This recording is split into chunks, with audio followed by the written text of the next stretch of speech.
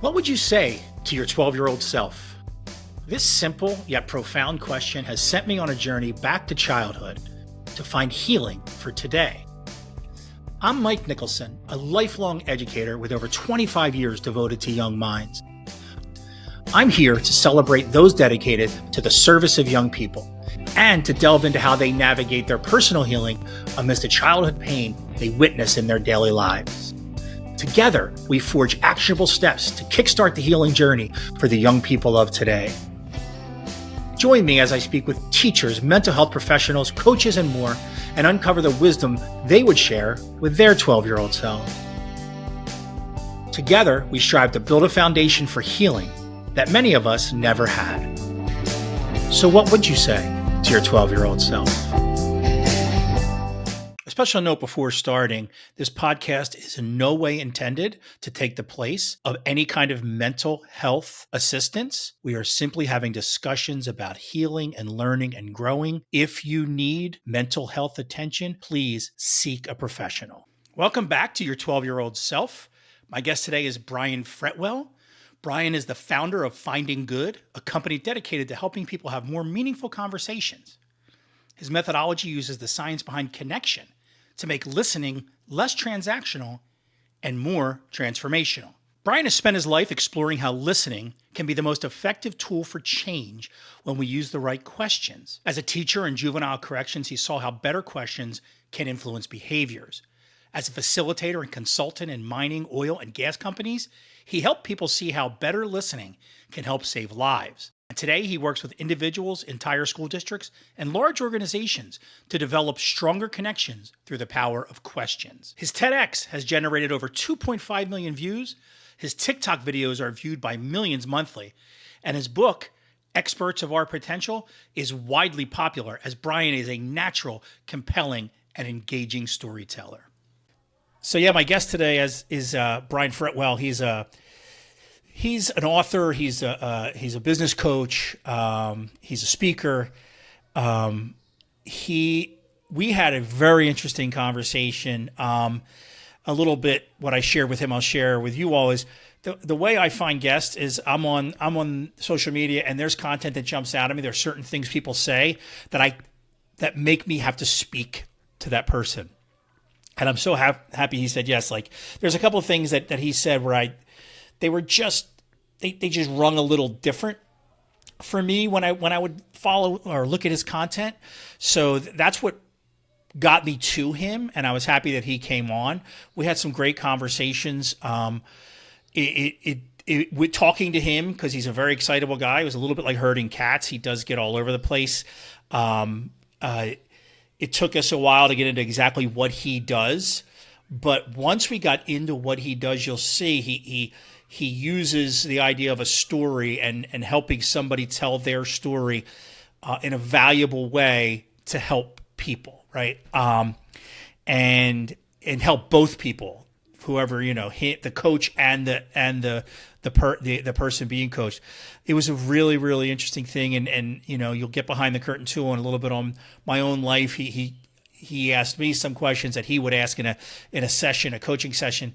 And, we got into that. It was really, really, it was a great conversation. And like I said, it's a little bit, it took a while to get started, but bear with us because it does get there. And, man, I love this one. I really love this one. So without any further ado, here's Brian Fretwell. Brian Fretwell, thank you so much for joining us here and your 12-year-old self. I really appreciate you showing up.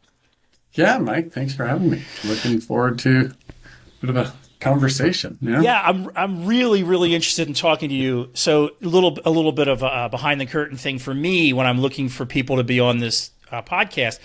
It's content that just jumps out at me, right? When I'm looking around, things jump out at me, and it's me saying, "Man, what is this guy doing, or what is this woman's what's driving them? Why are they doing what they're doing? Why is their content?" I start looking into it more, and there's always just one or two things that jump out, and I have to ask those questions because I'm so curious. Sure. But I'm going to start with, like I start every other one,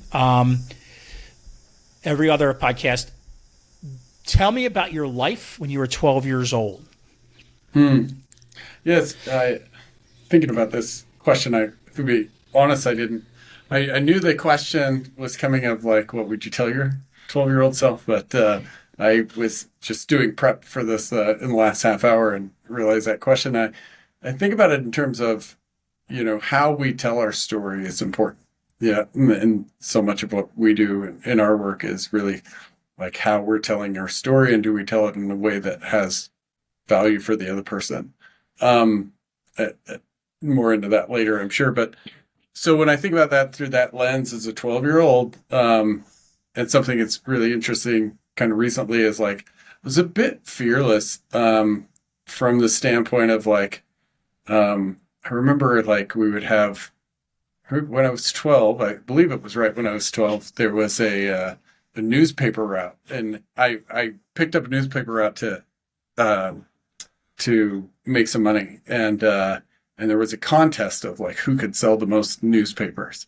And I lived in small town American Falls, and we were, the people from Pocatello, which was 60,000 people, were in this contest, and I won that contest, and I went to What state is that? I'm sorry. Idaho. Idaho, Yeah. okay. And I won the contest, and I got to go to Lagoon, which was, Idaho and Utah Disneyland, right? And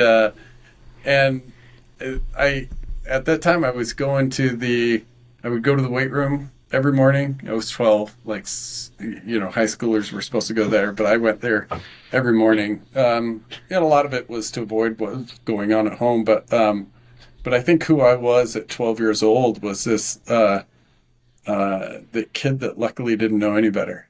Yeah. Interesting. And yeah, and I think when I think about that as 12, like, what, like any other 12-year-old, your experience is normal.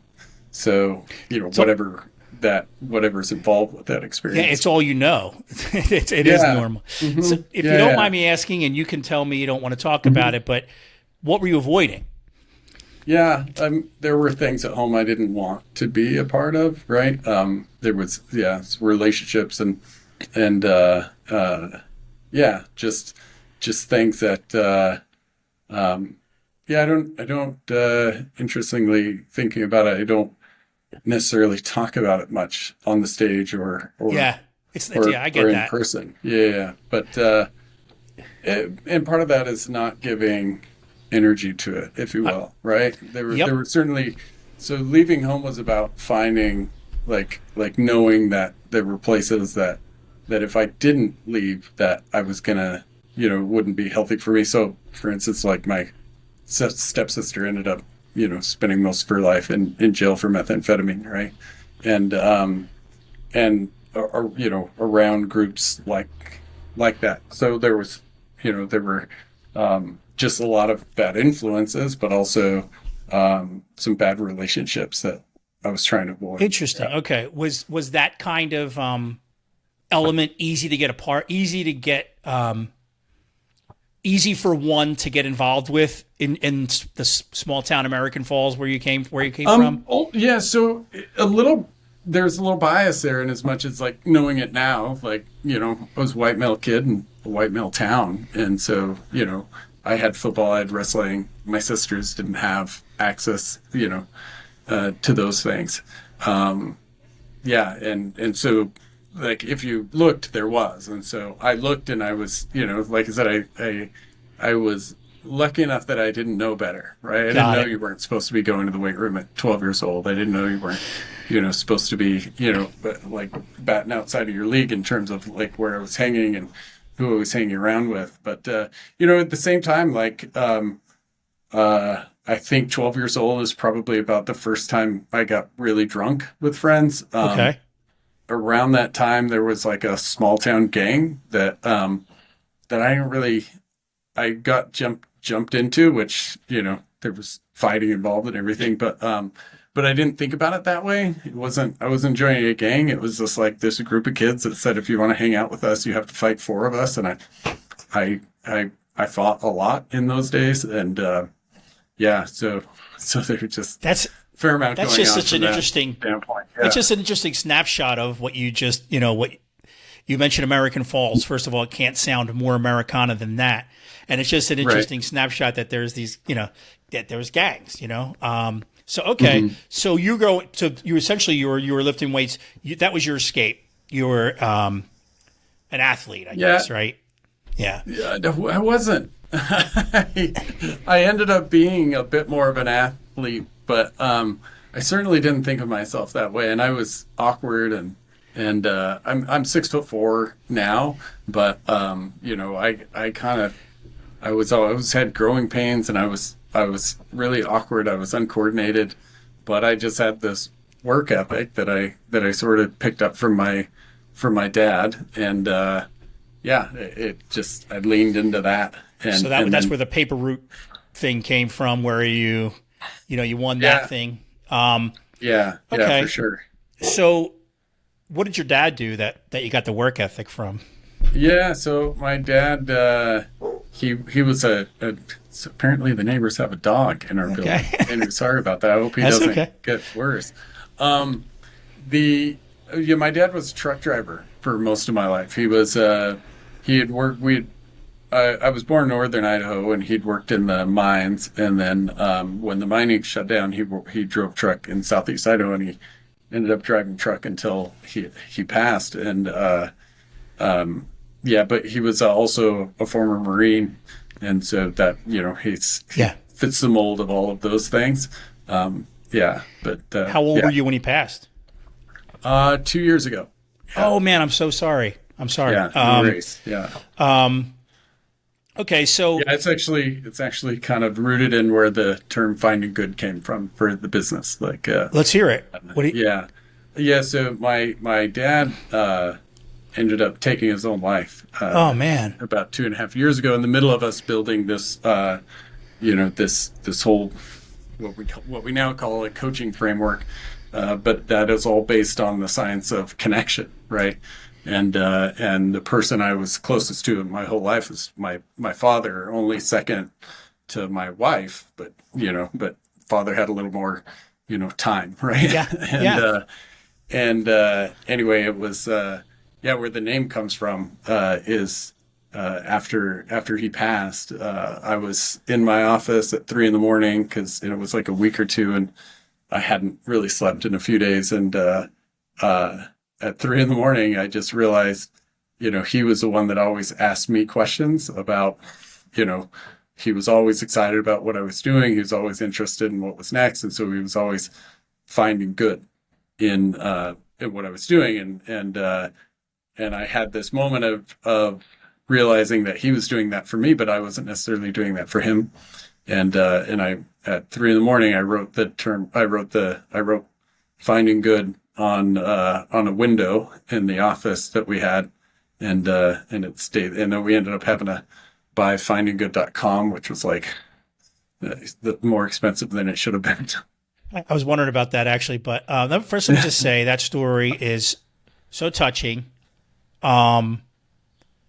And I've done a good handful of these interviews, and that's probably one of the more.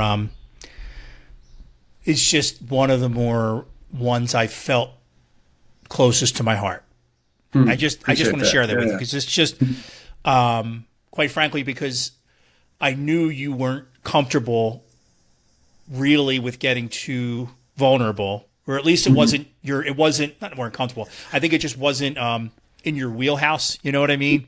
Yeah. And to share that just meant a lot for me, right? So Yeah, that's yeah. all. That's all. No, it's one of the things in, like, we were talking about when I'm 12 versus talking that I tend to be very transparent about a lot of things, and then there's some things that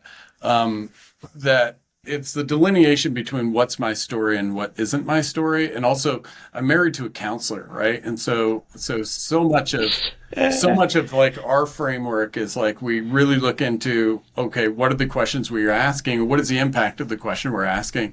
And I've always kind of been in the, like, asking some of the, what, using my wife's terminology, like trauma related questions. I try to, like, really balance the line of, like, okay, how am I asking a question? What story am I putting the person back into? And is this a story that I can catch them in, that I'm trained to catch them in? And so for me, like, thinking about, like, the part of being 12-year-old there was a fair amount of abuse most of my life.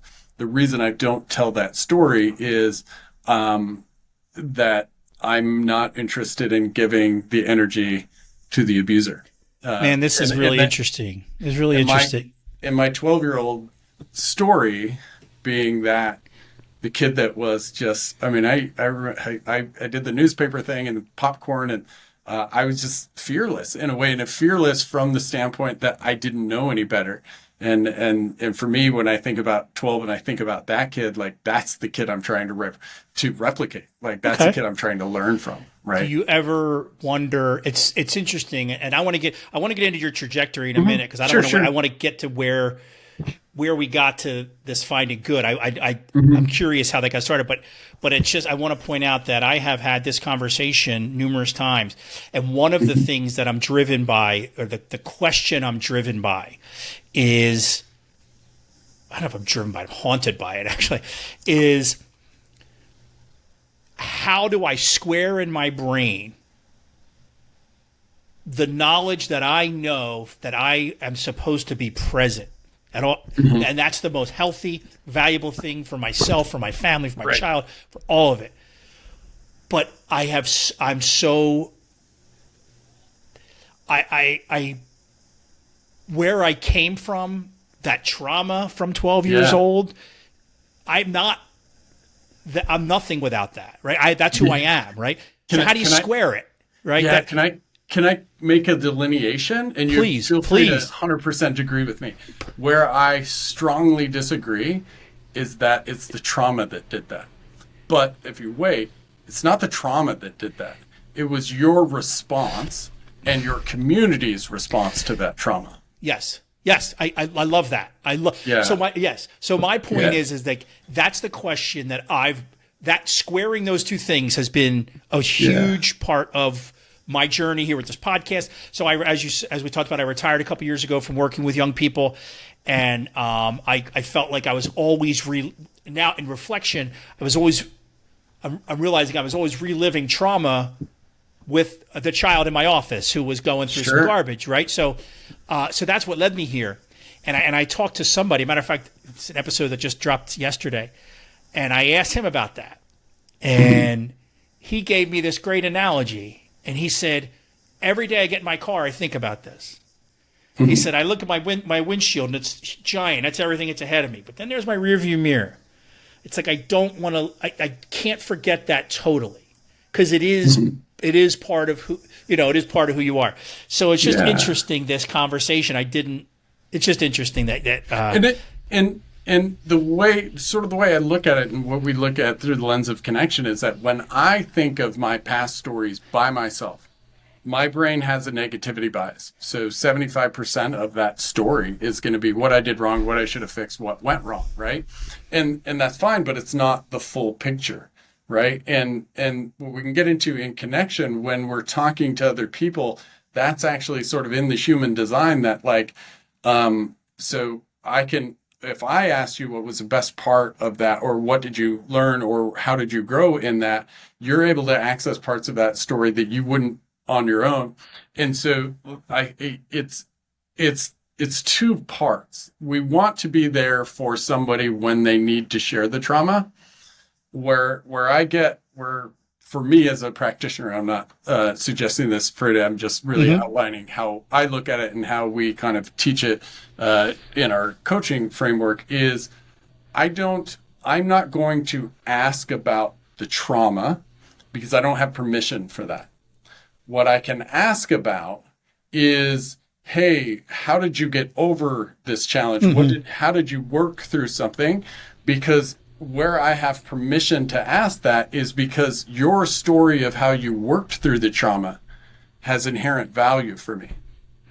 So what I'm saying by saying, how did you get through the challenge, is your experience has value for me. And therefore what I'm saying is your story has inherent value, therefore you have inherent value. If I ask you about your trauma, I may indirectly be saying your trauma has value. Got it.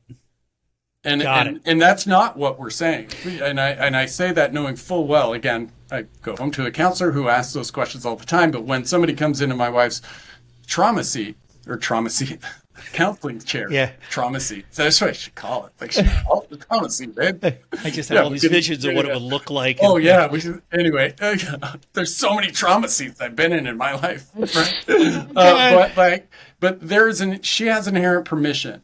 But even for the counselor, right? They're trained to, ask what is present, what they're comfortable with, what they're giving, in the time. And I just think that why I'm so, focused on that delineation is that, like, I've been and I've put others in sharing something that they might not have been prepared to share. And I've also shared things that I wasn't prepared from the guise of trying to help. Okay. Right. Got it. And I appreciate that. That's not a criticism on anybody. That's, again, I get, that piece of permission becomes really important to me because I've screwed that up. Got it. A lot. I hope, right? I hope you don't feel that I was trying to make you too vulnerable in the beginning. Yeah.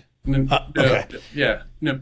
Okay. No, it's it was just it's explaining like how because I tell you about the fearless me, like that, like it's like purposely telling that part of the story, right because like, yes, it's energizing. Yeah, it's great. No, it's great, and I appreciate the perspective because I'm still building I'm still on this journey here of trying to work through all of this, right? And this is all part of it. And the way you explain that is so helpful to me because in my head, what this podcast is about, it is about understanding that we're bigger than our trauma, right? And that what doesn't define us. And I want to celebrate those of us who we've all had it, but I want to celebrate anyone who came out on the other end and is now turning it around to help. Right. That's the whole basis. And for sure. And I appreciate that perspective. I really, really do. And a lot of it is the question is, why am I trying to help? Right. That's all part of it too. Am I doing it to serve that 12-year-old kid of my own, my 12-year-old self, Yeah. And I think it's inherent in what you're asking. And what I mean is like, if you're interviewing people that there are, we know they've had a story at 12, right? And so for me, that story had to do with abuse, had to do with drugs, some other things, right? If we know that person has a story, like they were in maybe a rough place or a traumatic place at 12, and they're somewhere else now, then we also know that there was a 12-year-old badass out there. Yep. Right? And I feel like that's the actual, like, that's the question you're asking. No, it's interesting, Tell me about that. Tell me about that resilient, tough, hopeful, like, and that's the 12-year-old that I want people to think about because, that's for me when I was in juvenile corrections, those are the kids that you saw. Like they were locked up, they were incarcerated, they made some crap mistakes, but man, I saw some genius kids, some brilliant kids, some kids that cared more than most kids I knew, that had more self-awareness and understanding than 40-year-olds I've met. And I think those are the, and that was, I'm sure that was you at 12 years old, right? It's just so interesting because I'm not there yet where you are, right? I'm always my empathy goes off the charts for those young people, and I'm constantly trying to rein that in. To just what you're saying, to go, well, let's not make that who they are. Let's not, what I mean? That's not their whole story, as you would say. So so before we go any further, I just want to go. Sure. I just want to get you through your trajectory because I want to get to the point where you built this company. I'll derail us this whole hour. That's okay. That's okay. Nothing linear works in my brain. I'm very circular. So, well, the more you're talking now, because I've read about you, my audience doesn't know anything about you. Sure. So it's some of what you're saying is clicking in my head, but I want to try to put us on a little track here. So you go to high school, you play some sports. Were you a good high school student? No. I did well enough. I mean, like I was intelligent. Like matter of fact, I think when I was like in fourth grade, I was tested for IQ, and I was supposed to go into the advanced learners program, but I didn't get in there because of my behavior. And then I knew I could show up to classes and just get enough done. I never did homework. But I also knew that I was going to go to college kind of in the back of my head. And it was really staying in sports. And there's a story that is actually in the forefront of the book I'm writing right now, that like my whole like my whole appreciation for questions, and to some degree my trajectory sort of, I attribute it to one coach, but it was really multiple adults in my life. But Coach Bob, who's a real person, he was in his 60s. He's since passed away. Told the Coach Bob story a lot, but it's fundamental. I was at 14. I was working out in the mornings and going to football practice in the summer, which was voluntary. But I was uncoordinated, and I was goofy is the best way to put it. I tell people it was like a brand new giraffe, you know, I you love see it that. on the legs and the arms don't work right. And I was getting laughed at a lot, right? Like, I mean, just like not just by kids, but by coaches, by other folks, because, like I looked ridiculous out there. And I was really contemplating, like, am I going to stay in sports, which was kind of the only thing keeping me in school, or this other route? And this other route, the folks I was hanging out with in the other route, a few of them never made it past 18. A few of them, went to jail for different reasons. And so I had, not knowing, this sort of choice to make. And anyway, we're out there on a practice one day, and Coach Bob has us all stand in a circle, and he said, I want to know what position you all want to play. And everybody's going down like the last in the circle. Everybody's like confidently saying quarterback, linebacker, whichever. And he got to me, and I kind of froze. And I in my head, I was like, I don't want to be the water boy. Like, I'd just like to be on the field maybe. And he looked at me and he said, hey, I'm curious, I'm trying to get kids to work hard all the time. And I've just noticed that when you're in the gym on that punching bag, like you just don't stop. Like you're 120%. Like, where did you learn to work that hard? And it was just, and it's that piece that I remember, whatever the other words you use, like, where did you learn to work that hard? That, like, I remember telling him the story of my grandfather was a boxer in the Navy, and my father had taught me to box. And my father said, "Well, if you have to use your hands, you use, like, you never do 50%, like whatever is there, like you attack it." And part of that was his Marine training, right? But so I was that kid that, like, everybody else was just trying to get through the 1 minute workout or 4 minute workout, or whatever. And I was trying to tear the damn punching bag off the wall with my fists. And when he asked me that question, I feel like that was one of the first times that my story had value. Wow. Okay, that's a great story. I just can't help but think how many Brian Fretwells I've met over the years. In that, there were so many students, and I was taken by them. A lot of the overachiever type teachers couldn't stand him, right? Because I went, oh, this kid's going to be fine. He's got intelligence. He knows exactly what he needs to do. That's what it sounds like you, right? You were intelligent enough that you knew what you needed to do to get to college, but Right. you just weren't a great student, right? So, what did you go to And college for? my undergrad was in education. I ended up being a teacher. I taught in a juvenile corrections facility, was the first job out of college. But I was planning on being an attorney, and kind of glad I didn't. Yeah. But there's a, and I'm sure we'll talk about this a little bit later, but there's a delineation that I make that I didn't know for 20 years until I started doing, the work I've been doing for the last 4 years with Finding Good.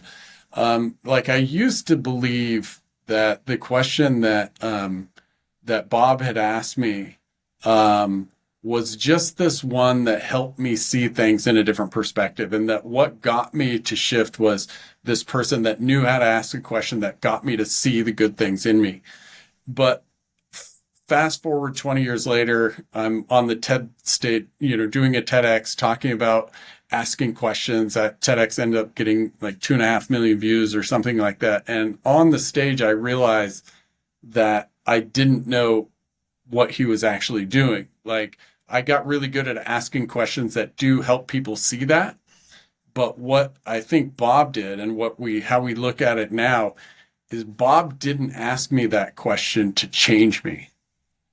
Bob asked me that question because he saw inherent value in it, and he was naturally curious about it. And the delineation is important, I think, for anybody working with another human, but especially adults working with kids, is our interest in them genuine, or are we just interested in changing them? And that little shift is so important, because I thought for years my job as a practitioner was to change people and from a great place, seeing the best in themselves, seeing all this good stuff. But if I do that as a practitioner, it actually, like, the connection doesn't fully create. What Bob asked me that day is, tell me about your experience, because your experience is going to help me be a better coach. Versus, tell me about your experience so that you see it and become better. Right? Yeah. And there's plenty of times you're going to do that second one where I'm interested in changing you, I'm trying to change you, but I think what I've discovered and really am kind of committed to now is this idea that, like, why we're so disconnected is we spend a lot of time being interested in changing people and not a lot of time finding the interesting pieces in their story that can change us. So would you agree, though, that Bob was really, it was about serving you? You don't think so? You don't think that? I mean, yes, and right, like I for him. So one thing that was interesting to me is, like, before he passed, I asked him about it. Do you remember this conversation? I said. He didn't remember it. He remembered plenty about me and what I was doing, what I was trying to do, but he didn't remember the conversation. The question he asked me was, like, hey, how did you work so hard? And the reason I believe he didn't remember it is because that's how he approached everybody. Okay. And the reason I thought that, yes, it's you said he was coming from a place where he wanted to be a better coach. Yes, but I think for him to be a better coach, not that I can put myself in his Sure. head, he wanted to know how to serve you. And by getting into your head, like, how can I make you better? Yeah, so that's where I push on the delineation. Interesting. Right? It's so interesting. Because it's actually a little both, right? Like, that gives him a better idea of how to serve me. But if it's only that, then that's about changing me. If it's, boy, you've been through something and I had it a few years later after I thought about it, that wrestling coach, Coach Dalkey. And I remember him bringing me into the office, and this is like a really good example of how this works. Is there was another kid who actually lived like 2 blocks from me, similar situation, actually arguably worse situation in home life than I had. And he was coming to practice and not coming to practice sometimes. Coach Dalkey brought me in and he said, Brian, we can't figure out how to get through to this other kid. Like, what made you keep coming to practice? And that question is, tell me how tell me about this good thing you did so we can use that story to help someone else. That, like, Dalkey didn't ask me that question to change me. He saw the value in my story and how it was going to help him change others or understand something. Interesting. And this is we've not been taught to help this way. And we can walk through some of the science of, like, why this is so important.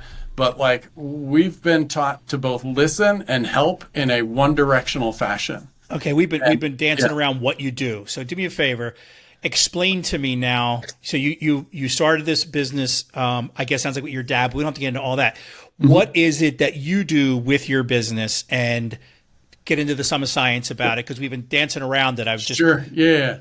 So we have a coaching framework that's questions based, that's built on the science of connection. The best way to broadly explain it, is a metaphor that we use, right? We call it the blueberries. You might actually reposted the video recently. And just for the listeners, if you and I were in the same pack, we're sitting around the campfire. We rely on each other for survival. Meaning, if you get food, I get to eat. If I get food, you get to eat, right? So we understand that pretty easily. Now, in this metaphor, if you run out and get a bunch of blueberries and come back, that increases our chances of survival, right? I get to eat the blueberries, and I say, that's awesome, Mike. You're great for getting the blueberries. And that's sort of what we think about this exchange, that like as a pack, like how we survive is you get food or I get food. But that's only half the story. And why we know it's only half the story is because your brain needs connection at the same level it needs food and water, right? And why does it need connection is the second half of the story. When you come back with the blueberries and we eat, for me to increase the chances that I survive, I need the story of everything you did to successfully get those blueberries. I need to know where they are. I need to know how you found them. I need to know how you did it and didn't get eaten by the bear. I needed to know how you pushed through when you weren't confident. Like every part of that experience is what helps me paint the map in my head about how I can do it. So you got to find the good. Yeah. Yeah. The value, your experience, the valuable experience is how you were successful, how you overcame a challenge, how you got something, because I'm likely going to have to do the same myself. Okay. Yeah. And so if we take that metaphor, right, then it changes the way we look at listening a bit, right? So most listening is, if we think about it this way, if I'm going to ask you some questions and you're the one talking, who gets the most value? If you're asking the questions and I'm the one talking, who gets the most value? You do. Yeah. Tell me more about that. What do you mean I do? So if I'm asking you, like, especially in the context of what we're talking about here, if I'm asking you a question about your life at 12 years old.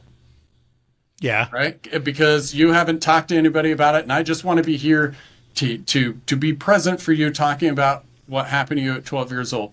Who's getting the most value out of that conversation? You are. No? Tell me how. Yeah. Well, I know the story. Mm-hmm. So you're learning something new. Is there value in you telling it? Is there value in me telling the story? Mm-hmm. That's tough, you know, because I believe that we tell our stories in a guarded way to like it goes back to one of the things you said about credibility versus credibility to you, right? It's like, mm-hmm. and I was thinking of the fact that, like, I'm a very outgoing person and I wear my heart on my sleeve, and that's bullshit. Mm-hmm. I'm controlling everything you know about me, right? Sure, right. So I believe with me talking, I'm controlling the narrative, right? Okay. So that's let's change the context just a bit. I'm going to go home in a few minutes, and if I don't ask my wife about her day, how's she going to feel? She's not going to like that. Right. Okay. So who does it benefit if I ask her how you? Does it, well, maybe long term. Yes. But like when she's talking, why is she going to be mad that I don't let her talk? Because that's her way of connecting. That's her way of connecting with you. So this is like, if you're talking, if I'm asking you a question and you're talking, you get the benefit of thinking I give a shit about you. Yes. Right? Yep. So, is swearing okay? I just did, so it's okay. All right. Okay.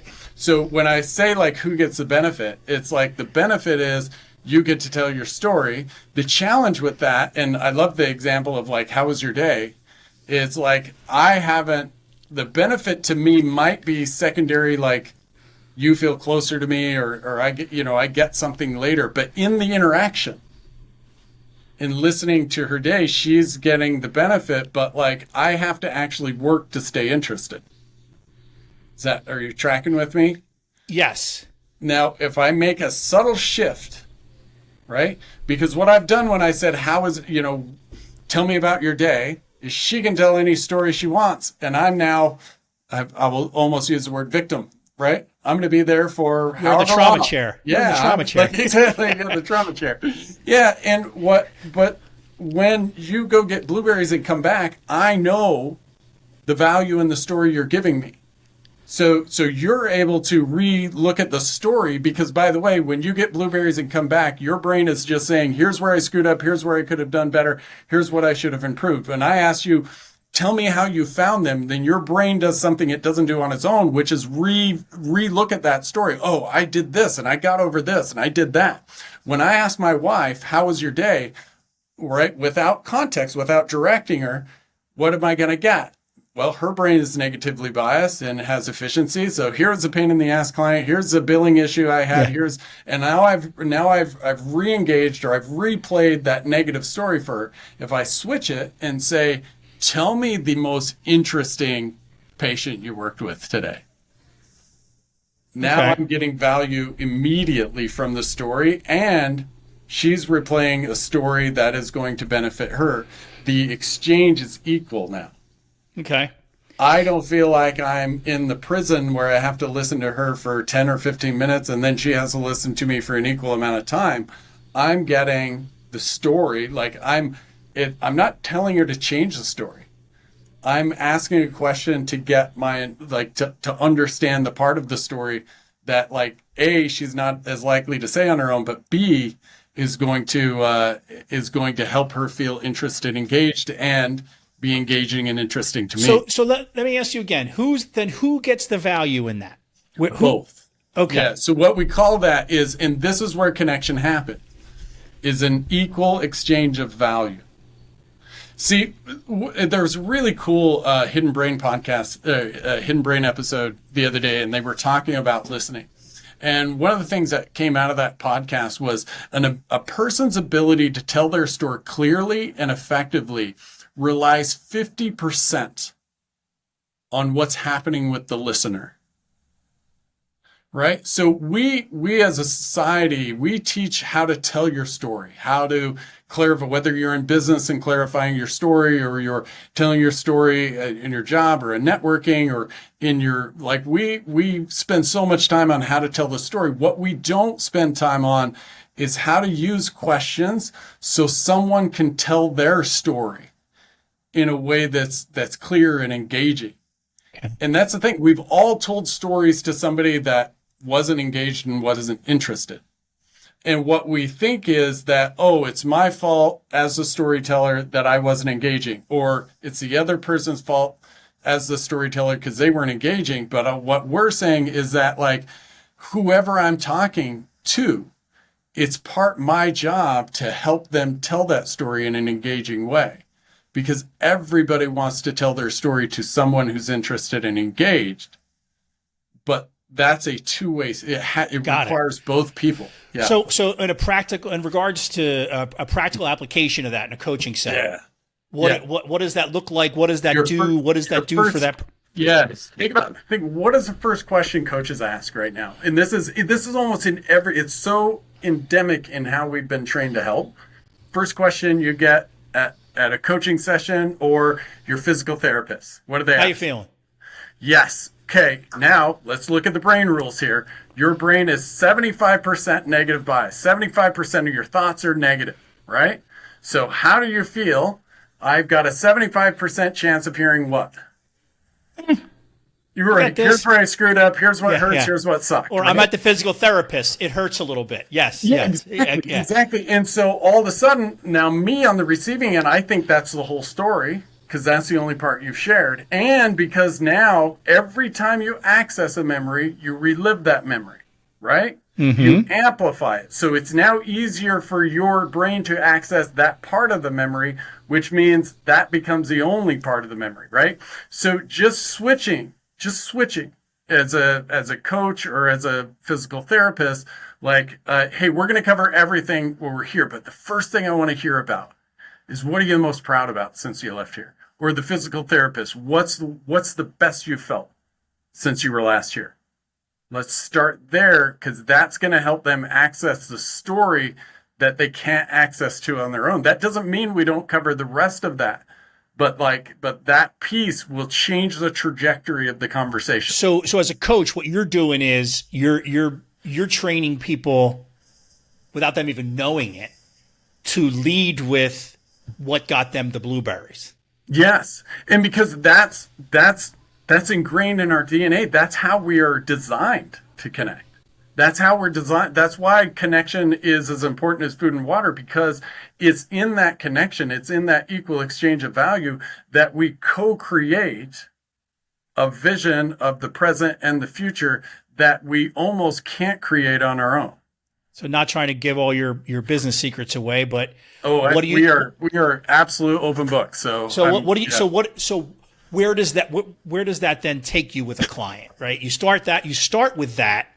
Mm-hmm. And really it's like almost, and if I'm hearing you correctly, you're what? So now we're into where I'm going to ask you questions, because as opposed to telling you, let's do it. Yeah. So like now you're talking about building, what you're doing is you're setting a foundation of positive, right? Is that what you? Valuable. We use the word valuable because it may not be positive. Okay. Right? Oh, but it's valuable to somebody's growth. Yeah, it's valuable to me as the listener. Okay. It's so counterintuitive, but you're gonna get it here in a second. Okay, go ahead. Is there a current challenge you're dealing with? A real current challenge you're dealing with that you're comfortable saying out loud?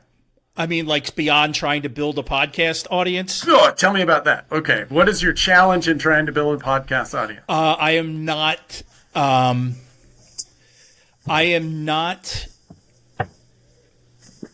engaging in social media the way I know I need to, even though I don't know exactly what to do, but I know that I need to, is not something that comes natural to me. I will sit here and edit all day and try to make stuff look good, sound good, everything else. But I know I want it to grow. I want people to hear what we have to say. I think what we're saying, these are really important conversations. Yeah. That's my biggest challenge is that. Yeah, so it sounds like the biggest challenge is I know I need to engage in social media. I know I need to grow it, and that's not happening. Is that a fair assessment? Well, yeah, and it's also I've only been going for like 6 months. Sure. It's almost like it's an issue, but I haven't even started trying yet, and probably because I'm still building, and I'm probably making excuses for myself to not jump into it, right? Okay, so we're gonna pause because we're gonna jump out meta and jump back in the conversation a couple of times. But I'm just gonna reiterate just the basis of what you had said of the idea that you want to do more social media and you've not, and there's a bit of frustration just kind of in the growth bit, and I want to stop there and I want the listener of this to ask themselves how many ideas are going through the listener's head of what Mike should do right now. Because what happens, the first thing that happens when we hear somebody has a problem or a challenge is we run 1,000 different pieces of advice or opinion through our head. And most of us, and I was like maybe, culprit number one, we like that advice starts coming out of my mouth as soon as I think about it, right? And because I could sit here and tell you, Mike, you should do this and you try this. I've got 180,000 followers on TikTok. Let me tell you what you should do, right? And if I do that right now, your eyes are going to gloss over. You're going to give me the active listening face, and in the back of your head, you're probably going to say some dirty words, right? Yeah. Shut up, buddy. So here's where we're going to go, right? If you were able to do this, right? So here, I wanted to do this more, or I want to spend more time on social media. I want to reach out and I want to grow this. Is it okay if I ask you a few questions to kind of deepen my understanding of it from your perspective? Yep. So the first question is, if you were able to do that, what would you have more of? Say you were getting that reach, you were doing the social media like you want. What would you actually have more of? I believe my answer is time. Tell me about time. Yeah. So my goal is to build something where I don't have to go into, I'm retired, but I still have a job, a different job. Right. I've learned the value of having breakfast with my daughter and dinner with my family.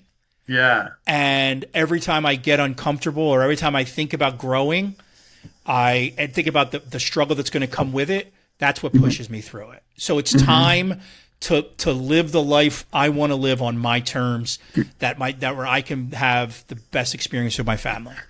Yeah, so just to clarify, if I'm able to go on social media and if I'm able to grow it, you'll have more time and time sounds like autonomy is a better word. Autonomy is the better word. Okay. Yeah. And so I'm going to do the second pause because we did the first step. You said the problem, and the second step was just a quick question of what do you have more of? What's the difference in talking about having autonomy versus talking about this not doing enough social media? Is there any difference right now when you think about that autonomy? Well, that's a tough question. What's the difference between not having the autonomy that I'm looking for and not being... Yeah, sorry, let me say it better. No, please do. Your energy state when you were talking about, I got to do social media and I got to do this. Yeah. And then your energy state when you said autonomy. What's the difference? Because oh my God. It's so clear, right? It's basically I'm explaining to you what rapture is for me. Yeah. And then at the same time explaining I need to go through the fires of hell to get it. Right. Yeah. Right? So, and what's interesting is if you heard as you were saying the problem, you immediately kind of went into, and this isn't saying it just with any judgment, like justification. Well, I knew and I'm new and I'm blah, blah, blah. Yeah. Like there was a talking energy. And then when you went in and said, it's time. And then I said time and you said autonomy, there was nothing else. Like it was, yes, autonomy. Right. And so I journal it every day.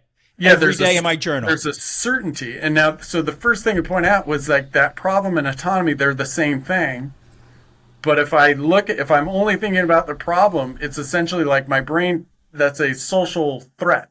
My brain treats social threat and physical threat the same. So this is like being run from a bear. And if I'm only thinking about the thing that I want to get rid of, I'm not doing social media, I'm not doing this, then I miss opportunities for autonomy. Because when you're running from a bear, the part of your brain, the intellectual part that that would look around and say, I wonder if that's a black bear or a brown bear, that shuts off naturally, right? Yeah. Like, and because but it also shuts off when I'm only thinking about the problem and I'm not thinking about what I can have more of.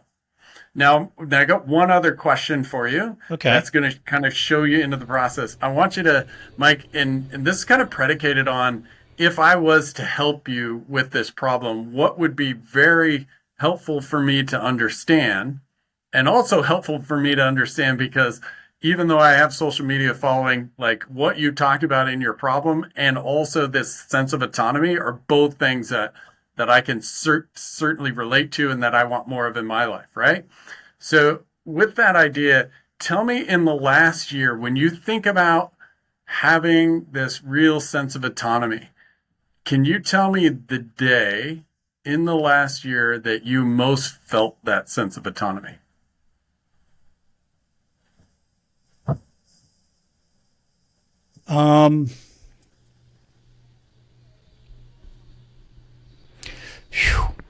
And it's okay to say the first one that pops up. The first thing that popped up was last Wednesday.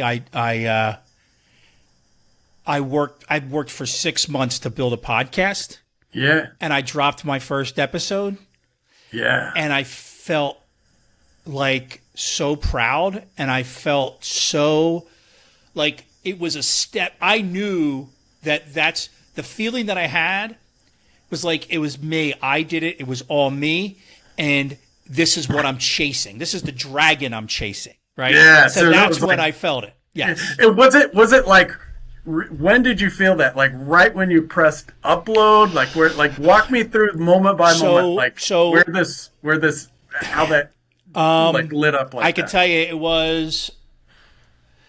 Well, There's two things I'll tell you. One of them was, and I'm probably going to cry. My wife is amazing, and I usually am doing. She gave me a little card, a little R2D2. I put it in my wallet when I went to work that day. Yeah. And it was a little R2D2 thing, and she said, "Hey, it's launch day. I'm so proud of you." Blah blah blah. It meant everything to me. Now every time I'm working, it's sitting right next to me over the past week. So that was one of them, right? But then, like, I had scheduled the podcast to drop or to launch on Spotify at 10 a.m. Now all my public stuff said 11 a.m. because I wanted to make sure it was there, right? Yeah. I didn't know what the hell was going to happen. I know I put my RSS feed. I'm sorry, I'm rambling now, but I put my RSS feed in Apple Podcasts and Amazon and in YouTube, and I go, I don't know what the fuck's going to happen. Is it just going to upload? I don't know, right? So I sat there and I had a pretty open morning at my job, and I'm looking at my computer and going, holy shit, there it is. And I should put this picture on when I edit this. I moved all the windows that my main podcast page was streaming on. Apple, Spotify, YouTube, and Amazon in one monitor and took a picture of it. Yeah. And that's what I posted, and I said, hey, we're live. Right? And I went, that's fucking awesome. So there you go. Because it meant what? It was just meant like, man, that's a tough question because I don't often get to do something, to work that hard on something and that long on something because I generally am not good at that in general. I'm generally not, I'm not good at sticking with things, right? It was, and I had been institutionalized as far as working at schools, right? I was always I was never serving me. I was never really serving kids, right? Yeah. And I go, really what it meant was every moment in my life went to this moment because what I'm trying to do is just help people feel like they're not alone and that however they feel is okay, and we're all in it together, right? And that's that to me is what I want from this. Yeah. So that what to me was like, man, I did this, and I have content, and I have conversations, and I have stories, and I'm celebrating people. Yeah. And I'm serving the people I want to serve now, and I'm doing it all for me. Yeah. So in that moment of autonomy, you were measurably being helpful. Yeah. Like that moment meant like I have a tangible representation of being helpful, which required a lot of resilience, which was almost outside of character for you, right? And it was driven from the support of your wife and everything, right? Yeah. So thank you for letting me ask you those questions. Yeah. But there's a few things I want to unpack here. The first one is when we think about help. If I was helping you with the problem you first started with, am I going to be better positioned to help you after this conversation or worse? Better. Yeah. And in your mental state, are you better able to are you going to be in a better position to actually come up with ideas and follow through on them? Yes, than you might have been when because you brought everything valuable, as you would say, to front of mind. And here's the part that is going to be hard for you to recognize. And it's the value that story provided me. Because what you don't know is I have a pretty high level, I have a pretty well diagnosed, maybe you can say, ADHD. Like the majority of my life was not following through on things. Like I've got potential and going to do things. That I'm also driven from that, I want to help people, but I've always wondered if that help, if anybody gives a damn, if I'm doing more harm than good. And hearing you have that moment, validated my own moments, gave me permission to celebrate when I'm in those moments.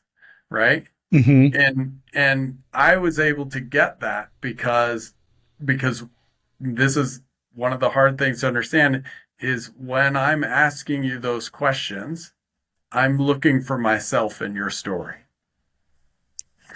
Okay.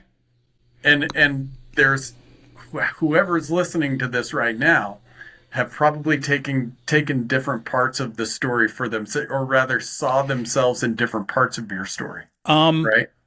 It's interesting you say that, and I have a question, but it's interesting you say that. Like, I completely understand what you're saying. And I completely understand what you're saying about the listeners. Because in my head, what I'm trying to do is what the greatest songwriters have ever done for me.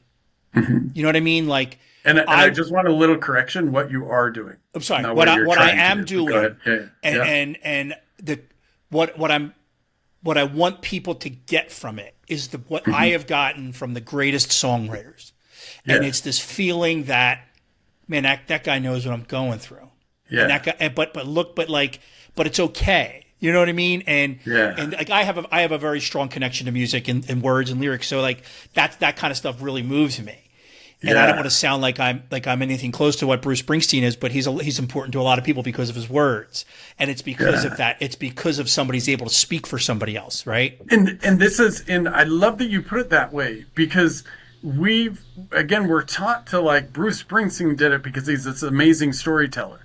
But if we know how to ask questions in the right way, that story is available in every person you talk to. Yes, I believe that. Yeah, but if we wait for them to know how to say it, we'll never hear it.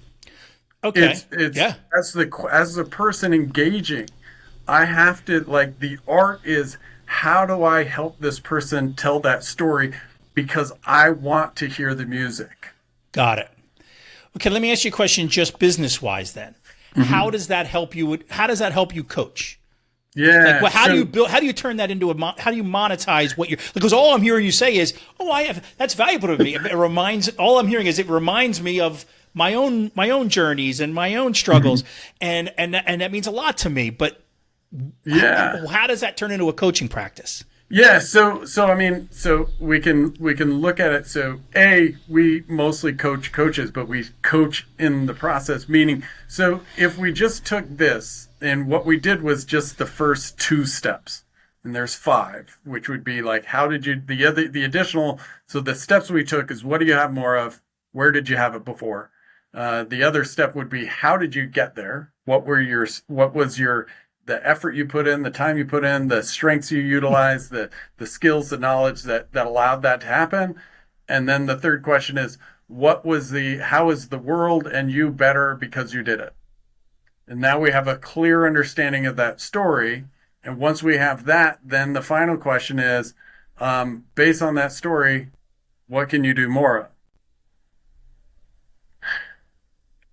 And now, because I've asked all those questions, whatever knowledge, insight, opinion, ideas I have for you are going to be laser focused, because now they're coming through a shared understanding of your challenge. And that challenge is, what you're saying is, what you've gotten us to a point where, all right, Mike, what do you need more of? We both know the stakes. We both know where you are, what you're doing.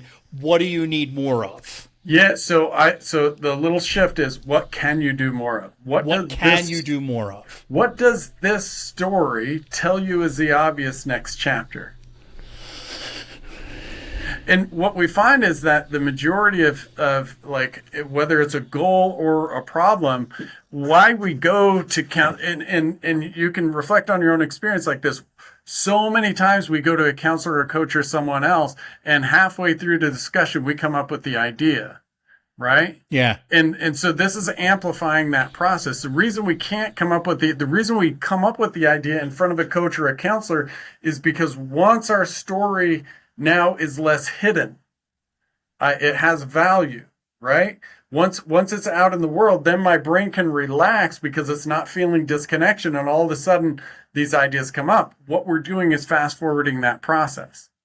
So now it's oh, okay, now we're working from the story that you already believe in, right? Hmm. Not working from a deficit. So, oh, if I get rid of this problem, then I'll be happy. Mm-mm. Tell me where you were happy so we know where to start and we can do more of it, right? Yeah, it's great. And so the like we teach that. And so what we do as a business is like we have three levels in what we call transformational listening. The first level is about approaching challenges and goals and like changing sort of this our initial approach to helping, right? Is we're actually saying, hey, as the person that we may be trying to help, I'm going to ask you to help me first. And what's cool about this is like 80% of people report they will wait till the last minute to ask for help and they don't like the experience, right? Nobody likes to ask for help. So what we do is we shift and we say, help me. It can be help me understand, help me clarify. 75% of people report not only do they enjoy giving help, but they also enjoy the experience, right? And so what we did just in our interaction, as I was saying, help me, and what you help me do at the base level, and everybody else that listened to it is feel a little better. Because I couldn't help it. Like I was watching you talk about, like I did this and I press this button and I'm getting all excited. And I'm help me feel better is what's happening by help me understand the story, right? So we start on that platform, and then that sort of revolutionizes how we approach goals and problems and challenges in a way that makes it so much more efficient. And we teach this even to salespeople, and you cut your sales cycle down in half. I was talking today with this lady that does Gestalt therapy, right? Or Gestalt. It wasn't the therapy. She wasn't a therapist. She was actually like a breathing technique and stuff she was doing that was Gestalt based. And she said, I cannot figure out. I'm trying to communicate to the client what this is because she says Gestalt. We're in Idaho. They don't know what the hell that means, right? And I said, okay, well, like, how does Gestalt, like, tell me about your experience with it? She said, well, I feel like I'm free and I can let go. And I said, well, what if you asked your people, when was the last time you felt like you were free and you were let go? And now you get their experience, which helps you understand. It helps you, it furthers your vocabulary of what that is. And now you can say, oh, I do a thing that is like the thing you talked about. And here we can go. It's getting the other person's experience first, because now the other person gets to talk, the other person gets to feel heard, and then we can work with each other in a much more effective way. Connection then helps. Connection first. Connection first, but you first. Build on that. That's great, man. Yeah, That's great. connection. Because think about the opposite. Like if you went to a networking event or some new place, we're all like caught up in like, oh shit, I hope I can tell my story right. Like I'm practicing my elevator pitch. But what happens when you turn into the person that makes everybody feel like they told their story magnificently, right? They're going to remember that experience much more, and more importantly, because I hate networking. I hate, I'm really uncomfortable in those. I used to be uncomfortable. Now I get excited because I'm like, oh, I'm gonna hear a story. Like last night I went to a bunch of scientists in a sustainability conference, and I got stories about like, how they converted some Tesla battery into doing something else. And I don't know what the hell they were talking about, but it was, I was like watching these people light up was super fun. And that charges your battery at the very minimum, charges your Yeah, battery, but it gives you a platform on which to start building something together. Yeah, because we are, the energy we're sharing in a room. Like if you walk in a room and everybody's anxious and everybody's kind of upset, it doesn't take too long for you to be anxious and upset, because we have these mirror neurons kind of working away, right? The mirroring effect, I think is the term they use now, right? And so we're doing the same thing. Like, tell me the coolest thing that happened. So like somebody will say, I'm in this job. Ooh, tell me about the best parts of that job. Tell me about like where you're most engaged in that job. Like, don't just tell me what you do, because I kind of like that doesn't have as much value for me.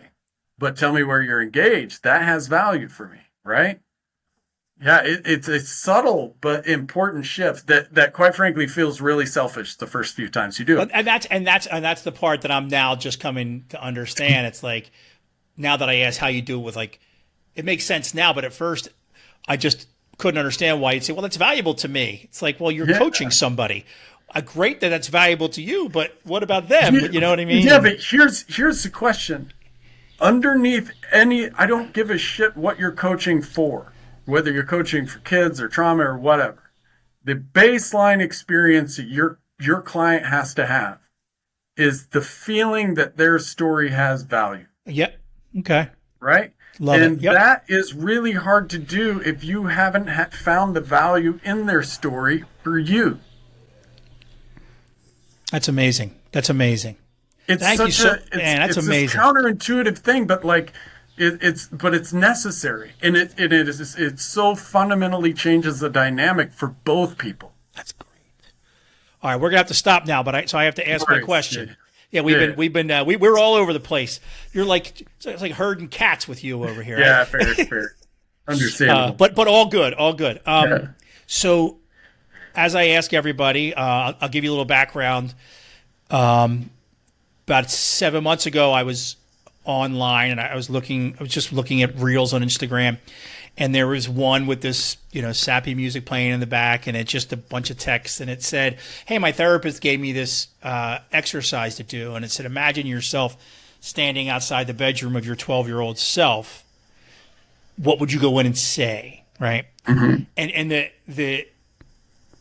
that question, that reel cut through me, right? It was just something so visceral when I read it. I almost didn't get through. Like I remember I texted to one of my friends who's a school psychologist, and we share a lot like that. And I said I didn't get through this without crying. I didn't get through reading that thing without crying because I could see the paneling in the house. I could see the awful blue carpet. I saw it all, and I think I stopped myself from going any further. Right? Sent to my friend, said the same thing. So anyway, that's where this whole thing started. I was like, I want to have it. I want to have this conversation with people because, and it just led to a whole journey, which led us to the meeting. So let me ask you, what would you say to your 12-year-old self right now? Yeah. And Julie had sent this to me, and I've been like super excited to answer this, if you will, because what I would love to say to that kid every day is tell me how you did it. And specifically on that, like how they did the newspaper route. Because that like I could like if I could have myself telling myself how I got out of bed at 5 a.m. as a 12-year-old and went and knocked on every door and didn't give a shit about what anybody says, and I was so proud every time somebody signed the paper, like man, I could hear it every day, and I know that the handful of times that kid got to tell that story, the 45-year-old adult remembers every one. And if I was in the room with that kid, I would ask him that, and I would ask him about his story for every single second I had with him. It's so amazing. It's so amazing because that was so genuine. You know what I mean? And like, you're the only, like, you didn't offer any advice, and that's okay. I've asked a lot of people this on camera and not, and you're the first person that just wanted to hear from that 12-year-old kid. And it just really, man, that was great. And no judgment on anybody else's responses, but I don't want to give him advice because there's nothing fucking wrong with him. Yeah. Yeah. I love it, man. He doesn't need anything except for to be heard. Yeah. Oh my God, that's so great. And I think you just gave me the answer to my next thing. If any of us that are working with young people what do they need? What can we do for them? Oh, just like curiosity. The same curiosity that got you in there, right? Like what do you wish people would have asked you?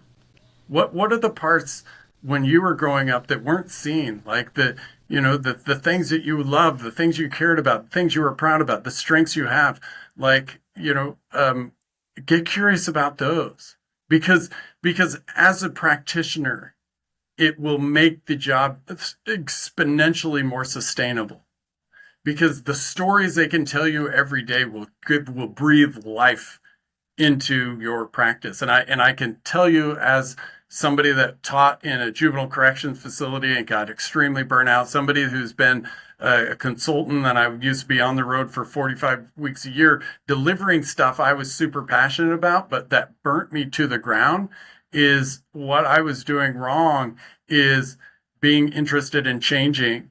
And once we make that shift to be like part of it, it's not the whole thing, but there is a very specific and measurable part where I'm finding there's, so like, tell me about what you're proud about. Tell me what you're good at. Tell me the best thing that happened in the week. That story makes the other person feel valuable, and it breathes life, that like it'll create a sense of resiliency you didn't know you had.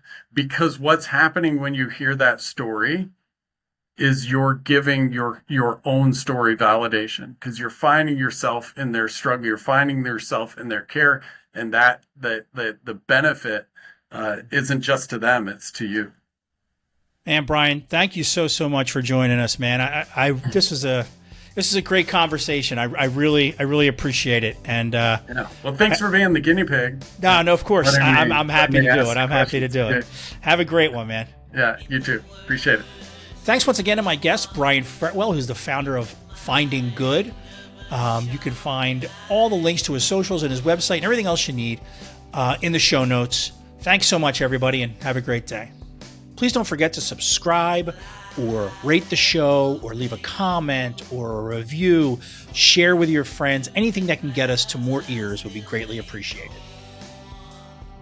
Your 12-Year-Old Self is a Fairmount Media production, and it's hosted, written, and produced by me, Mike Nicholson. Questions, comments, guest suggestions can be emailed to your12yearoldself@gmail.com. That's your 12-year-old self with the number 12 at gmail.com. The theme song is Never a Worthless Moon by Yawns. Logo design by Rose Bear Arts. Digital marketing consulting by Krista Lemon. Social media consulting by Jessica Hawk.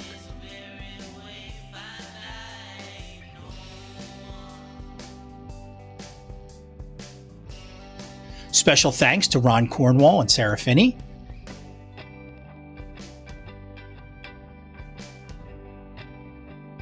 And my profound gratitude goes out to my wife, Courtney.